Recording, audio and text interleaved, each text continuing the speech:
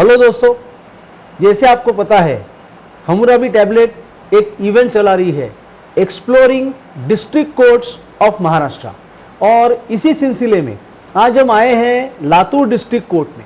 और मेरे साथ अभी एडवोकेट योगेश जगताप सर है, और सर से हम बात करेंगे और जानेंगे कि सिविल साइड किस तरह से लातूर डिस्ट्रिक्ट कोर्ट में चलती है। तो योगेश सर, पहले तो आपका बहुत बहुत धन्यवाद कि आपने आपका समय हमें दिया। तो थैंक्स अ लॉट सर। मैं सर आपको ये पूछना चाहूँगा कि दावा जब यहाँ दाखिल हो रहा है तो उसकी प्रक्रिया क्या है, मतलब जिसको हम लोग कहते हैं ना कि टेक्निकल, कहाँ से कहाँ जाता है, नंबरिंग कैसे होता है, उसके बारे में बताइए। Yes sir. Sir, as required by law, as per our civil procedure code, that same procedure has been followed by the Latur district court also. जैसा कि हम ऑर्डर 4 के तहत दावा दाखिल करते हैं, जो जो रिक्वायरमेंट्स है ऑर्डर 4 रूल 1 एंड 2 में, वो कंटेम्पलेट करना पड़ता है। उसी प्रोसीजर से कोर्ट ने जो व्यक्ति को, जो ऑफिसर को वो बारे में ऑन बिहाफ ऑफ कोर्ट वहाँ पे बिठाया है, उनके पास वो दावे का सूट का प्रेजेंटेशन होता है।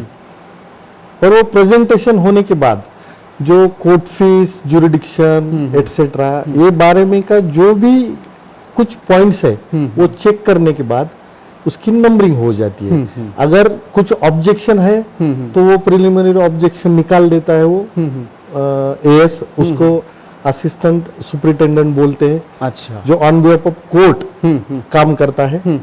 तो rather to file the suit before, directly before court,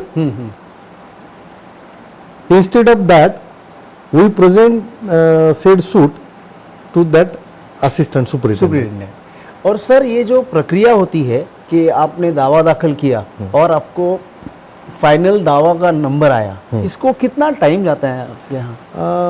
it will take half day. अच्छा। Yes sir. अच्छा, आधे दिन में सूट नंबर आ जाता है? उसको स्क्रूटिनाइज करके अगले दिन सुबह उसका नंबर आ जाता है। ओके, फास्ट आ जाता है। Yes sir. ओके सर, यहाँ पे इंजंक्शन एप्लीकेशन जो होते हैं वो एक्स पार्टी हियर होते हैं कि कंपलसरी अभी डिपेंडेंट को नोटिस ही है? As prescribed by law it can hear ex parte also, but court can give opportunity to either party against whom that suit has been filed, but it can listen ex parte also. It can listen. तो कोई case में होता है ऐसा फिर? या जहाँ पे अर्जेंसी है, किसी को रिस्ट्रेन करना जरूरी है, जैसे कि लॉ में डिजाइन किया है prima facie case, balance of convenience. अगर हम वो फैक्टर दिखाने में कामयाब हो गए वो इंजंक्शन के एप्लीकेशन में, तो after all that can hear ex parte also. अच्छा। हाँ। और अभी इसी से आगे एक क्वेश्चन ऐसा है कि इंजंक्शन एप्लीकेशन हम दाखिल करेंगे, फिर डिफेंडेंट उसका रिप्लाई फाइल करेगा। तो एक ये इंजंक्शन एप्लीकेशन डिस्पोज ऑफ होने को, मतलब फाइनल हियर ऑफ के डिस्पोज हो के आपको इंजंक्शन दिया या नहीं दिया, इसका क्या टाइम कुछ ऐसा है? उसमें 2 प्रकार है मुझे जहां तक समझता है। जहां पे ex parte injunction order plaintiff को मिल गई होती है, वहां पे it is mandate to decide that application within 30 days from that ex parte order. It is mandate. But जहाँ पे अगर वो इंजंक्शन ऑर्डर नहीं मिला है तो दिस पीरियड कैन इंक्रीज। अच्छा, तो 6 महीने, साल? It can take 6 months, 1 year. Upon parties depend होता है। Upon parties depend.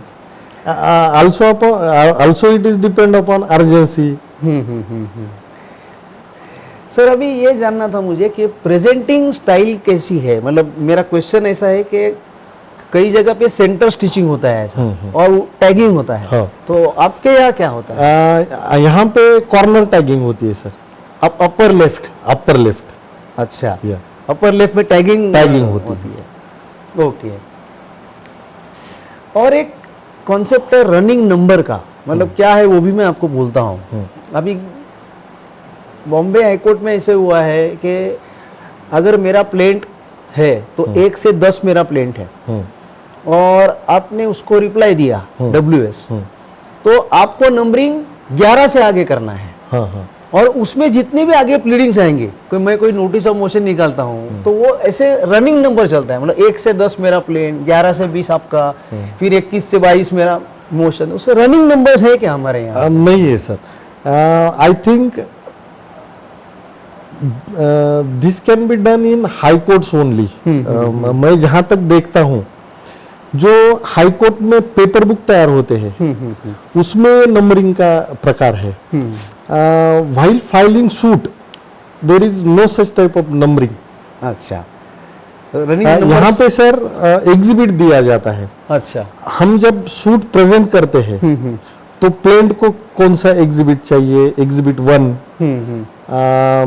List of document को कौन सा चाहिए, प्लेंट के साथ जो डॉक्यूमेंट्स एनक्लोज किए हैं उसको कौन सा चाहिए, exhibit 4, exhibit 5 can be treated as injection application. So here is no running number, हाँ, any mandate regarding running numbers. Okay. But in appellate court, district court, अभी समझो सीनियर डिवीजन को एखादा दावा एखादी पार्टी की तरफ से हो गया, उसका जब अपील करेंगे तो वो पेपर बुक में वो नंबरिंग आएगा। अच्छा, हाँ, वहां पे नंबरिंग आएगा, वहां पे नंबरिंग आएगा, वो प्लेन से लेके आखिर तक। आखिर अभी सर मुझे एक सवाल था कि फॉर एग्जांपल आपका मैटर अभी today we are on 17th, आपका मैटर समझो 30 अक्टूबर को है और कोई वजह से आपको उसको अभी जल्दी हियरिंग को लेना है। हाँ। तो आप क्या एप्लीकेशन दाखिल करते हो? Sir we use to file application regarding taken on board. अच्छा, in that application we can render our urgency to the court.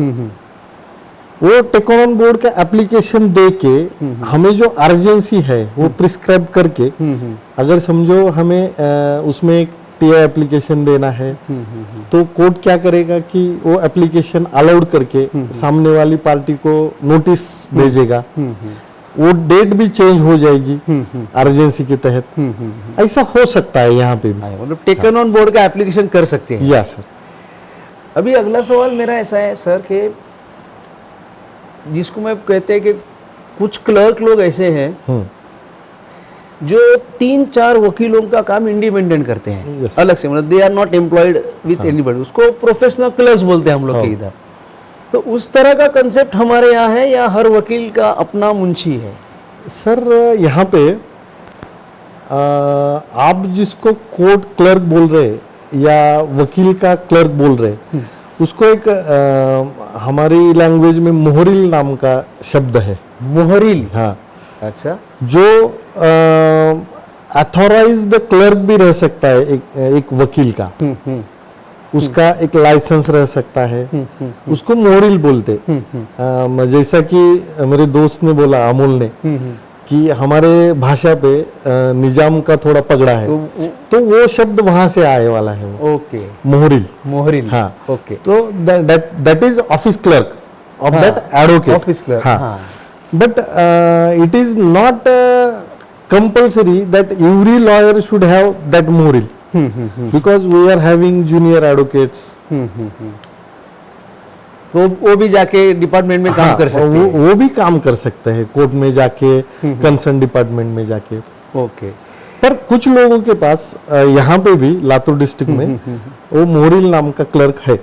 अच्छा, है उनकी। अभी सर मुझे ये जानना था कि स्पेशली अभी मैं ये सवाल इसलिए पूछ रहा हूँ आपको कि अगर कोई दावे में डिफेंडेंट आउट ऑफ लातूर है या is out of Maharashtra for example, defendant है वो, उसने यहाँ पे लॉयर साहब को लगाया ही है लातूर में, तो पहला के इंग्लिश में वो प्लीडिंग भेज सकेगा क्या?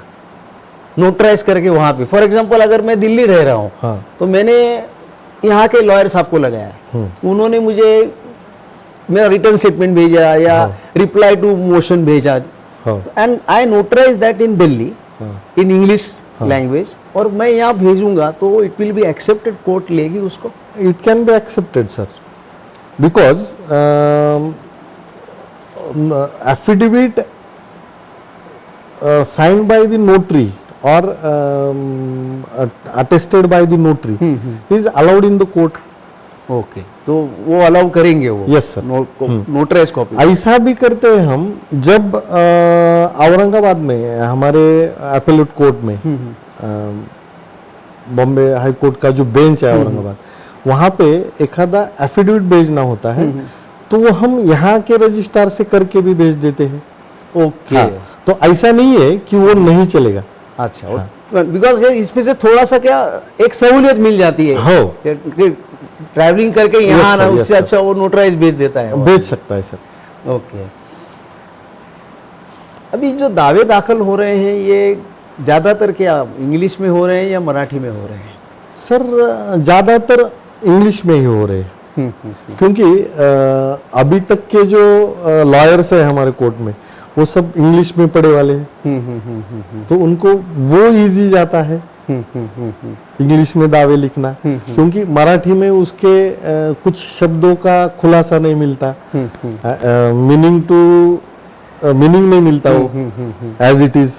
जैसा कि आमच्या मराठीमध्ये समन्स बाय हँड घेण्याला काय म्हणावं, समन्स बाय हँड लेने को क्या बोलना, ये समझता नहीं, क्या बोलेंगे हम, समन्स बाय हैंड लेना है तो क्या बोलेंगे उसको, हाथी लखोटा बोलते हैं उसको असल मराठी में। अरे बाप रे। हाँ, तो this hardship can be accrued, okay, that's why we use to file civil suits in English. तो फिर सर इसका ही कॉन्सिक्वेंस फिर ऐसा होगा कि फिर आर्ग्यूमेंट्स भी ज्यादा इंग्लिश में होते हैं या मराठी भी होता है काफी आर्ग्यूमेंट? नहीं, होता है, मराठी में भी होता है और इंग्लिश में भी होता है फ्रिक्वेंटली, दोनों लैंग्वेज में होता है। यस सर यहाँ पे जो सूट दाखिल होते हैं, एक अंदाज से पूछ रहा हूँ मैं, मतलब आप ये डिस्पोज ऑफ होने को, टोटल सूट डिस्पोज ऑफ होने को क्या एक अंदाज से टाइम फ्रेम लगती है? मतलब कोई ऐसा सीपीसी या उसका, I am not referring, but आपके इतने बरस के एक्सपीरियंस है, क्या लगता है कि कितने साल जाएंगे, महीने जाएंगे, बरस, ऐसा कुछ? देखो सर, जहाँ तक मैं विचार करता हूँ, मेरे को 22 साल हो गए प्रैक्टिस में, तो मेरा ऐसा कहना है जो सूट्स ज़्यादा कॉम्प्लिकेटेड नहीं है, एक इंजंक्शन सिंप्लिसिटर है, it can be decided in with in 2 years also,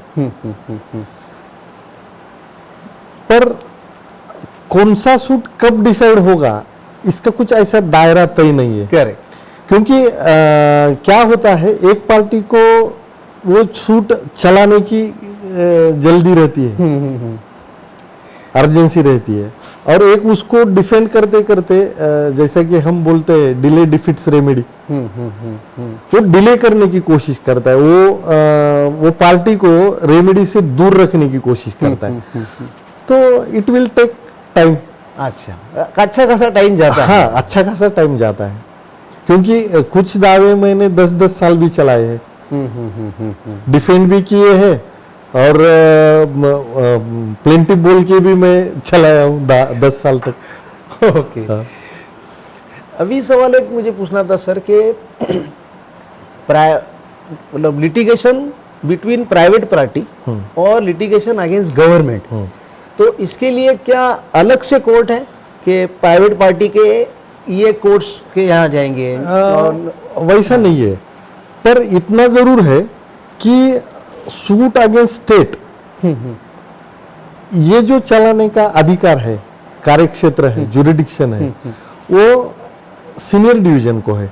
अच्छा, हाँ, क्योंकि जहाँ पे स्टेट पार्टी होता है वहाँ पे सिविल जज जूनियर डिवीजन को वो जुरिडिक्शन नहीं है वो सूट एंटरटेन करने का। ओके, पर सिविल जज सीनियर डिवीजन के पास प्राइवेट पार्टी का भी स्पेशल सूट चल सकता है, विशेष दीवानी मुकदमा जिसको बोलते हैं हम। वो सिविल जज सीनियर डिवीजन के कोर्ट में भी चल सकता है। अच्छा। हाँ, तो ऐसा नहीं है कि शासन के अगेंस्ट जो केस है वो एक ही कोर्ट में चल सकता है, ऐसा कुछ नहीं है। अच्छा। और सर ये जो आपने अभी कहा कि स्पेशल दावे हाँ। प्राइवेट पार्टी के, तो हाँ। उसको कोई मॉनिटरी लिमिट के हिसाब से हाँ, जाते हैं? वो मॉनिटरी इवेल्युएशन के अंडर ही जाता है वो। अच्छा। 10 लाख का दायरा है उसमें। 10 लाख के अंदर के केसेस जो है वो जूनियर डिवीजन में, और आगे जो जाता है वो सीनियर डिवीजन में। सीनेटर में जाता है। ओके। अभी ये पूछना था मुझे कि ये जो कॉन्सेप्ट होता है कि तालुका में भी आप लोग जाते हैं यहाँ से, तो ऐसा कोई डेज फिक्स है यहाँ पे कि तालुका के आपके यहाँ ये दिन आएंगे, आप लोग इस दिन जाओगे? नो ऐसा सर, कुछ है? That is depend upon our convenience. अच्छा। ऐसा कुछ फिक्स नहीं है वो। हम जब हमारे काम के हिसाब से वो प्लानिंग करते हैं और डेट ले लेते हैं, उसी डेट को हम जाते हैं। ऐसा कुछ डे वगैरह फिक्स नहीं है। अच्छा। क्योंकि बहुत सारे जगह ऐसा होता है कि उन्हों के शुक्रवार को मैंने देखा है, अभी मैंने काफी सारे, मैं डिस्ट्रिक्ट कोर्ट में जाता हूँ, हाँ। तो शुक्रवार को मैंने देखा है कि उस डिस्ट्रिक्ट के जो वकील साहब रहते हैं, हाँ। दे गो इन तालुका, वो वहाँ पे नहीं मिलते। तो हाँ, उस हाँ। तरह से ऐसे ऐसा कुछ फिक्स नहीं है। फिक्स नहीं है। ओके सर, मुझे ये जानना था कि एविडेंस जो लिया जाता है सिविल केसेस में, तो वो मराठी, इंग्लिश या दोनों में लिया जाता दोनों भी लिया जाता है सर। है? दोनों में हाँ। लिया जाता है। बिल्कुल। और डिपोजिशन करने वाला विटनेस जनरली कौन सी भाषा बोलता है? वो लोकल भाषा बोलेगा सर। अगर उसको मराठी नहीं आती तो हिंदी बोलेगा। अगर उसको मराठी नहीं आती तो वो हिंदी बोलेगा, पर वो दोनों भाषा में लिखा जाएगा। अच्छा, रिकॉर्डिंग दोनों भाषा में? रिकॉर्डिंग दोनों भाषा में हो जाएगी। और सर जब ऑर्डर निकलती है, जजमेंट, तो that is also in Marathi and English दोनों भाषा में? वहां पे कैसा है सर, जहाँ पे अगर एखादा दावा मराठी में लिख के फाइल किया है और उसका WS भी मराठी में आया है, तो कोर्ट भी मराठी में ऑर्डर करेगा ऑब्वियसली। पर जब प्लेंट भी इंग्लिश में है, WS भी इंग्लिश में है, तो कोर्ट भी इंग्लिश में ऑर्डर करेगा। ऐसा कुछ नहीं है कि वो मराठी में भी ऑर्डर कर सकते हैं और अंग्रेजी में भी कर सकते हैं। मतलब ऐसा कुछ है क्या कि जो ऑर्डर्स अपीलेबल है वो इंग्लिश में डिक्टेट होते हैं? ऐसा कुछ नहीं है ना? नहीं, वैसा कुछ नहीं। ऐसा कुछ नहीं? नहीं। ओके। अभी एक चीज मुझे सर पूछना था कि कमर्शियल कोर्ट्स एक्ट आया हुआ है, हाँ। तो हमारे यहाँ कमर्शियल कोर्ट्स एस्टेब्लिश हुए हैं? No such type of independent courts are not established. अच्छा, तो मतलब अपने डिस्ट्रिक्ट कोर्ट में? बट जो भी कमर्शियल डिस्प्यूट्स है वो सिविल में ही आ जाते हैं यहाँ पे। अच्छा। और फिर वो उसका हियरिंग को कौन से जज साहब करते हैं? That is also again depend upon that monetary के हिसाब से चलता है वो। समझो रिकवरी ऑफ अमाउंट का दावा है, वो 50 लाख का है, तो ऑब्वियसली वो सीनियर डिवीजन के पास जाएगा। अगर 4-2 लाख का है तो वो नीचे के कोर्ट में जाएगा। अब कमर्शियल में आप अगर समझो बोल रहे ग्राहक मंच वगैरह, वहां पे भी कमर्शियलिटी आती है थोड़ी, तो कंज्यूमर फोरम में जाएगा। ओके। अभी एक लास्ट सवाल ये पूछना चाहूँगा कि इंग्लिश में आर्ग्यूमेंट होते रहते हैं अभी रेगुलर? बिल्कुल। मतलब मराठी इंग्लिश दोनों में आर्ग्यूमेंट होते रहते सर। ओके। तो आई थिंक थोड़ा चेंज ऑफ, क्या कहते हैं, पिढीचा फरक मिळते हो बिकॉज ऑफ दैट? हो। बट कैसा है सर, हम जब प्रीफर करते हैं तो इंग्लिश में ही आर्गुमेंट करना प्रीफर करेंगे, क्योंकि प्लेंट इंग्लिश में है, रिटन स्टेटमेंट इंग्लिश में आया है। पर ऐसा भी नहीं है कि इंग्लिश के सिवाय मराठी में बोल नहीं सकते।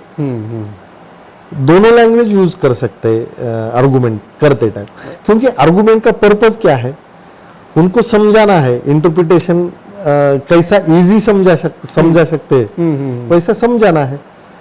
तो ऐसा कुछ कंपल्शन नहीं है कि आर्गुमेंट्स अंग्रेजी में हो या मराठी में हो, चॉइस होता है। हाँ।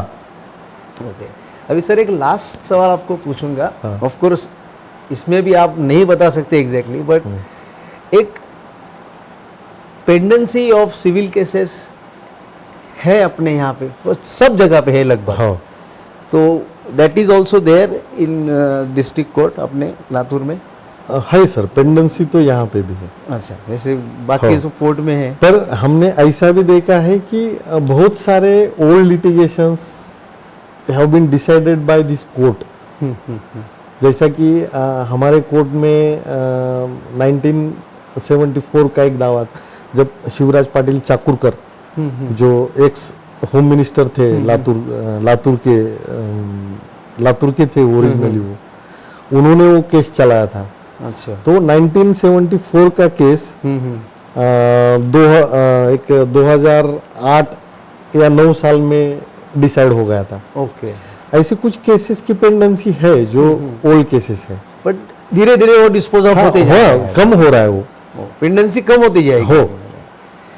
तो जगताप सर, आपका बहुत बहुत धन्यवाद कि आपने आपका समय दिया और हमें बहुत अच्छी इन्फॉर्मेशन दी कि सिविल साइड कैसे चलती है लातूर में। उसके लिए आपका बहुत बहुत आपका भी धन्यवाद सर, हमें आपने बुलाया। Thank you.